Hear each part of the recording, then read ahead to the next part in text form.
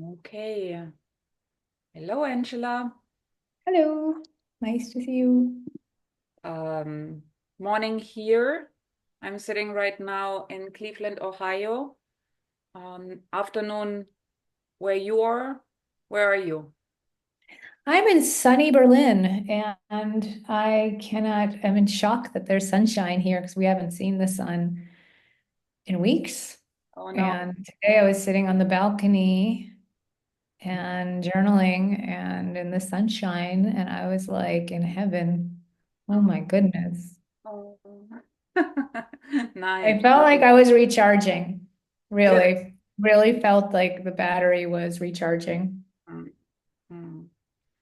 The Oh, sun is such a pleasure, but when you haven't seen it in a while, it's like you don't take it for granted. mhm, mhm. You know the Yeah, value. it was a joy. It was a joy. Sorry. No, you know and feel the value right away. It's instant. Yeah. Yeah, absence may how is the saying? Absence makes the heart grow fonder or something like that. Yes, and it was interesting because I felt myself slipping into a seasonal depression Mhm, as well. mhm, And then I was like, what to do about that? mhm, And one of the things that I was doing was playing around with a lot of like, speaking of hot beverages, like drinking a lot of teas, making some fun teas. And especially, I just always gravitate during the winter months when there's no sun here to cacao. mhm.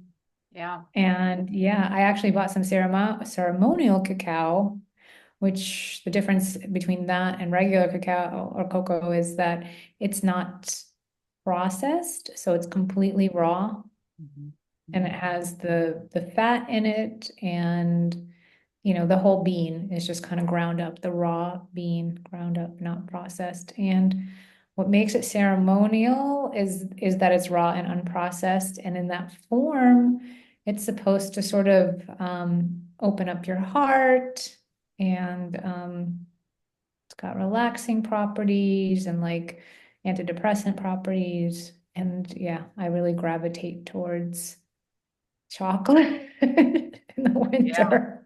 Yeah, I think that's a very healthy and good form of indulging in that craving of chocolate, right?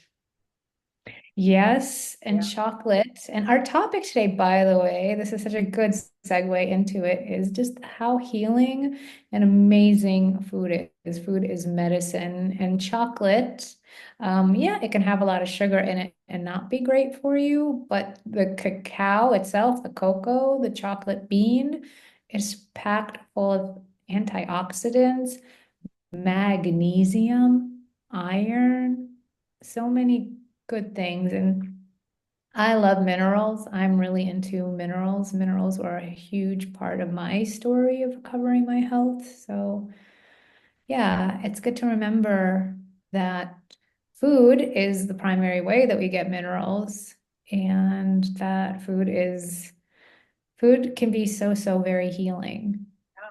Yeah. Yeah, it's kind of like in there's in the dose lies the poison, right? Like it can be to a certain degree in the form of the food and the amount of the food can be so extremely beneficial and healing for us and sustaining and supporting. And in other doses, it might be yeah, less sustainable and maybe even toxic for our system, right? Correct. But I'm going to talk about something that, everyone knows too much food and the wrong kind of food is bad for you. But, I'm going to talk about something that I've had a lot of experience with Ah, my clients yeah, that's is right. that, there's a lot of fear of food, and people kind of stop eating. They just eat the minimal amount that they need to stay alive. And if they do that and stay active, then the system starts really slowing down, the metabolism starts slowing down and going into kind of this survival mode. And then like digestive issues Yeah. develop. Yeah.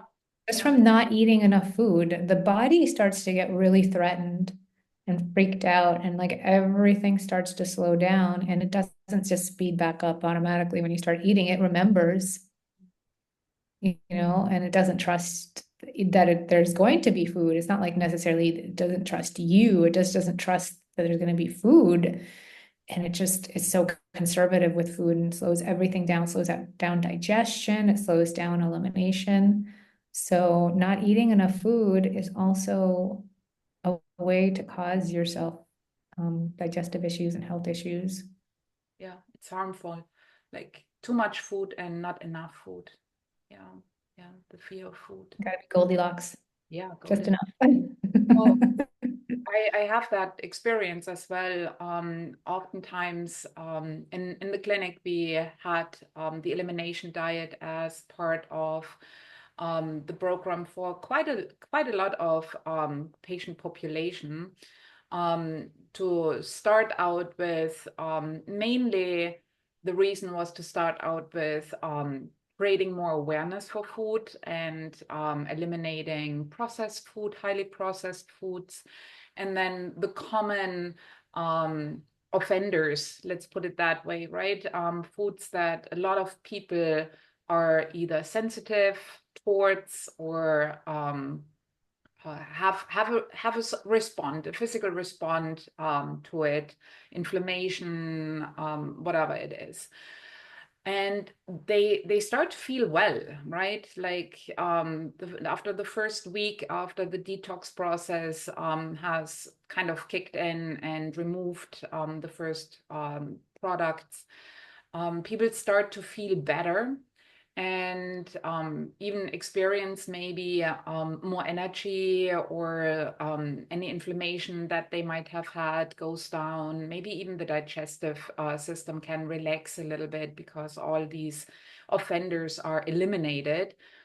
But then what happens is that after this elimination phase, right, there comes the reintroduction phase. And a lot of people and the reintroduction phase is actually the crucial one, the beneficial one, right? Where you start to learn what foods work well with you, what foods might be really problematic for now, right? So the idea is to learn more about how your body reacts, and then also to work in that way and start to incorporate more healthy foods into your life again, right? And there are so many people who, at that stage, kind of misunderstand the whole idea of the elimination diet. I think the wording is unfortunate, actually. It has too much emphasis on the elimination and less emphasis on the reintroduction, right? So they become fearful of reintroducing foods Yes. because they feel Yeah. well for the first time in maybe years, right? And then they are like, they don't want to give that up. So they reduce more and more their caloric intake. They reduce more and more different food groups because they villainize them, right? And if I eat fat, I get diarrhea. Or if I eat too many carbs, I'm getting bloated. Or so they villainize, they are having like this black and white kind of thinking of food, and extend the elimination process to an unhealthy length. And then eventually the system, as you mentioned, right, like collapses and backfires, and all these negative effects happen, and then they are worse off than before. Yeah, I've Yeah. quite a bit. Yeah. Yes, you've seen this at the Cleveland Clinic. I've seen this also with my clients who come to me in the midst of this process of, the more you eliminate food, the less you tolerate them. It's called the loss of oral tolerance. Mhm. And it's like such a vicious cycle that people get themselves into a corner of only eating 5 to 8 foods that are safe. Yeah. Well, it happened because most of the time because of the elimination process. Yeah. Um, So the when you get a client that is in this and kind of stuck in this vicious cycle and developed um, quite some fear around food and um, possible reactions towards food, what are your what is your approach? Do you have any examples? yes, I mean, well, I'm a hypnotherapist, so I use that kind of hypnotherapy and subconscious rewiring around that, and calming the nervous system and calming those triggers and using that to make the food feel safe. Mhm. Also, on another level, just a practical level, um, micro introductions is another thing that I use. I have a thing on my website that is a blog post for a recipe for something called the veggie mash, Mhm. where you take one vegetable, you go to the produce aisle, you buy one of everything, and you cook it up, you boil it, you blend it, and you put that into ice cube trays and freeze them. And then every day you eat one. So you're getting like a micro dose of all these different things. And your bacteria, they're tiny, tiny bacteria. They're like microscopic bacteria. They don't need a lot. They just need a little and sort of this reintroduction. So reintroduction has to be very small in order for the body not to react. People start to build confidence that way, right? So the body builds tolerance, they build confidence. It's a mind body process, and they start eating more foods again. And they're happier, their body is happier. And I love the idea of one of each and then blending it up and freezing it. I think it's such a smart idea um, because it's also practical, right? Like what I also found a lot of people, it's a fear of a different form, but it plays in is that they feel overwhelmed, right? Like, oh my God, all the cutting of the vegetables, I don't know how to make them. It's so much work, and I cannot stand in the kitchen every day for an hour, right? All these arguments. And to be honest, to be fair, I talk myself out of cooking sometimes too because of that, right? And that's such a practical way to build up the the microbiome again without overwhelming your other system, right? Like times that you invest and the fear Mhm. of how to I've do. even heard of, and that, by the way, what you talk about is kind of like this overwhelm that comes from perfectionism. Well, I don't want to do it because I don't know, I don't want to mess it up. And um, I think if you're really in bad shape and you really want to change and are really motivated, you're willing to do anything and try anything. But one thing that came to mind when you were just speaking about not overwhelming the microbiome is like not a lot of people react to fermented foods. And Mhm. I've heard of people like eating like literally like one strand of sauerkraut at a time Mhm. until they build up after like a month to 2 strands, Mhm. with that level of slowness Mhm. and to reintroduce the body. Because the body just is very into homeostasis. It's just like, it's not used to it. It doesn't want anything new. So you got to just slowly, slowly, otherwise it's going to complain. Yeah, Inflammation is just the body kind of complaining about, what yeah. is this? I don't know this. It's like an old grumpy man. And by the way, if anybody wants to look up that blog post that I referred to, my website is DIY, as for do it yourself, DIYhealthblog.com. Thank you. Awesome. Yep. Yeah, definitely. So, what are kind of blocks you encounter when you start working with a person? The biggest block that I encounter is anxiety. Anxiety and, lack of trust in their own body, like their own body is betraying them. And, I want to offer a reframe, all those symptoms we feel, that pain we feel is often either a result of cortisol, high cortisol, or inflammation. Mhm. And it feels terrible. It's very life disrupting, but it's just your body's protection mechanism. It's just going into survival mode. Its number one job is to protect you. It is, you are the number one priority. Your survival is your body's number one priority. Your body doesn't hate you. Your body's not broken.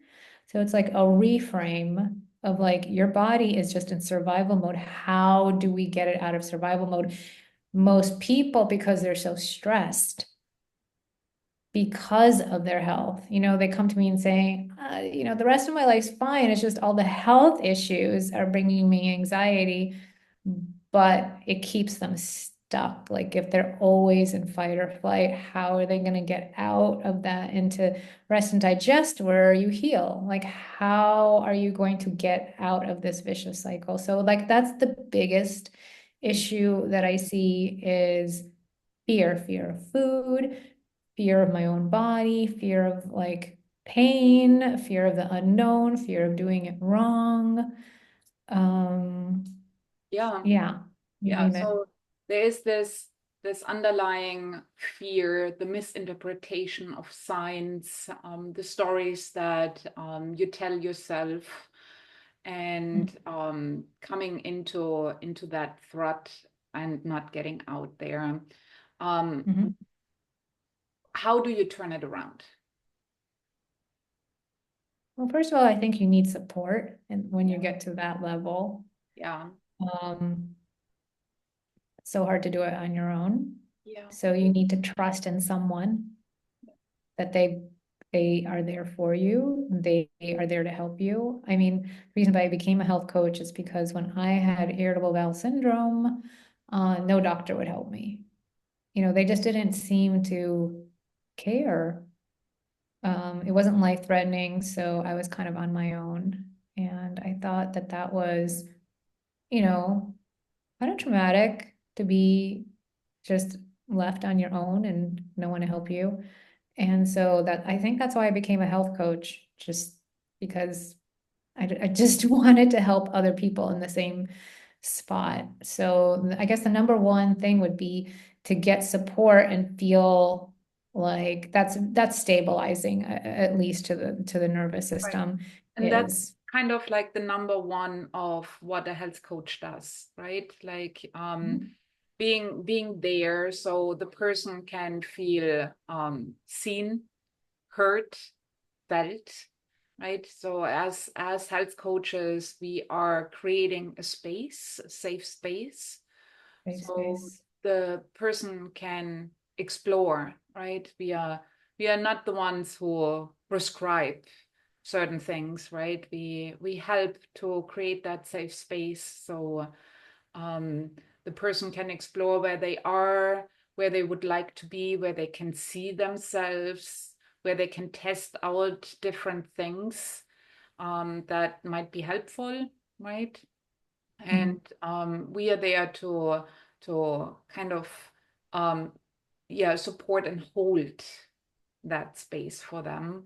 Yeah, We're partners also. We're partners in their journey. yeah, And we are knowledgeable partners, right? So they're not just like trial and error and all over the place. We keep them sort of focused we are not on their path, but we keep them focused. not doing anything crazy, which is easy to do when you read on the internet. Oh yeah. Yeah. Yeah. Definitely. So we prevent them from harming themselves by doing any kind of crazy detox or um, so, number one thing is absolutely support. And then the number two thing is just open, how open are you to really look at your life? You look at your routines, look at your habits, look at your thoughts, look at yourself, and just be willing to change it. Like, what is not working? And yes, it might be uncomfortable. It's always uncomfortable to change, but I am willing to change and deal with that discomfort so that I can get over the discomfort of these symptoms that I came to you for. And to me, this is a good thing for me, I guess, is that when I am in physical pain or discomfort, that is very motivating for me to make uncomfortable changes to my lifestyle. Like I might not want to do that, but I want to be in pain even less. So that just kind of makes sense to me, but not everybody's like that. Everybody's so very, very different. And some people, they will tolerate physical pain over the pain of changing something uncomfortable, over the pain of uncertainty or emotional discomfort. But the willingness to look at yourself and make important changes is, without that, you kind of get stuck. And, a lot of people just fall into like, well, give me something Right. that'll So fix yeah. me. So a few things that came up for me when you were talking are there are so many different anchors you can start the process, right? Like yeah, looking at outside things that don't work, like habits you already have, schedules, ways of doing certain things, and seeing if and what you are willing and able to change, right? The coaching is all about the change process, right? And yes, there's a lot of uncomfortable moments within that change process, right? Another thing that, and I know that you are also very big in this, what I discovered working with people is that there is such a disconnect still between the head and the body that sometimes you kind of you take what's there, what they offer, like first, yes. And if there's this huge disconnect between your own body, your own sensations, your own feelings, and your mind, then you might go right away into certain, outside events that you can change, like maybe your calendar or um, blocking times for physical activity or stuff like that, right? But there might be also a moment where you work on reconnecting your body with your mind again. So you start to hone the skill of listening, what's actually going on and what you need, right? Yeah. I mean, you're talking my language. Yeah, and Yeah, like absolutely. you cannot do that, you cannot be prescriptive about that either, right? Like that you say, no matter who is sitting in front of me, or no matter who you work with, you always start the process that and that way, because people you have so many different people in front of you, right? Like, and some need maybe the outside input first before they can work with themselves. But there are others who who are already maybe in tune with their physical language. And you start there, right? Or you combine it. So there are different ways to work with that. But I think that's a crucial aspect in the healing process. Absolutely. And like just on a closing note, I just wanted to say, I just wanted to bring in, I was just thinking about this the other day and just bring in my own experience as an example of this is that, right now there's so much free guidance out there, right, online.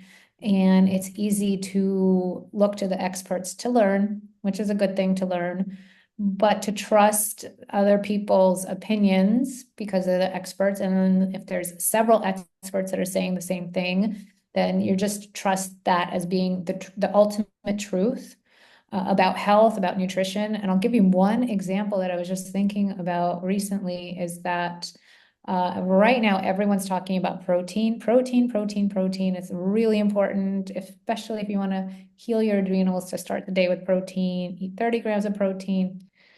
Anyway, well, this is me 20 years ago when I was healing my gut from IBS and also my adrenals. I just had a light breakfast of fruit. Oh, I had candida at the time too, right? And I healed candida as well. I healed IBS and candida and my adrenals. And I just had a light breakfast of fruit. Yeah. And that's just what I felt like eating in the morning. It was intuitive. But if you would look at all the health information out there, I did it wrong, It's so but funny. it was obviously right because Yeah, it it's so worked. funny because I did the same thing. I don't necessarily like fruits in the morning. I'm not a morning eater. Let's put it that way. But when I had my adrenal crash 2 years ago, I gravitated to watermelon. And that was the only thing I could eat in the morning was just a few slices of watermelon. And that's what I ate. Watermelon is really high in potassium. Mhm. So that's what your adrenals want. So there you go. It's your body's intuitive messaging. The body says, I want potassium, give me potassium. So yeah, that probably would not have been something you read about in a blog post. Nobody would be recommending that, but yeah, it's just an example of when you connect to your body, it just tells you this is what I need, and you just trust it, and it's always the right thing. So yeah, and then if you're just working from the head, you'll just get confused because there's so many contradictory pieces of advice out there. I mean, so many mixed messages about what's healthy. The paleo diet, the carnivore diet, the vegan diet. Yeah. Yeah. What's right, what's right And is so what's many right for you. opinions are out there, right? Yeah. Too many, too many. So yeah, getting support, being open to change and connecting to your body, I think are really kind of the keys Yeah, nice here. 3 takeaways. Yeah, yeah. Yeah, Okay. Good. Thank you again. As always, I love our conversation me and too. inviting everybody else who sees this to join the conversation and Or share the conversation. or share the conversation. Exactly. Thank you. And yeah, we will see each other probably in one country next week. Back to our morning meetings. No time difference anymore for now. Okay, bye.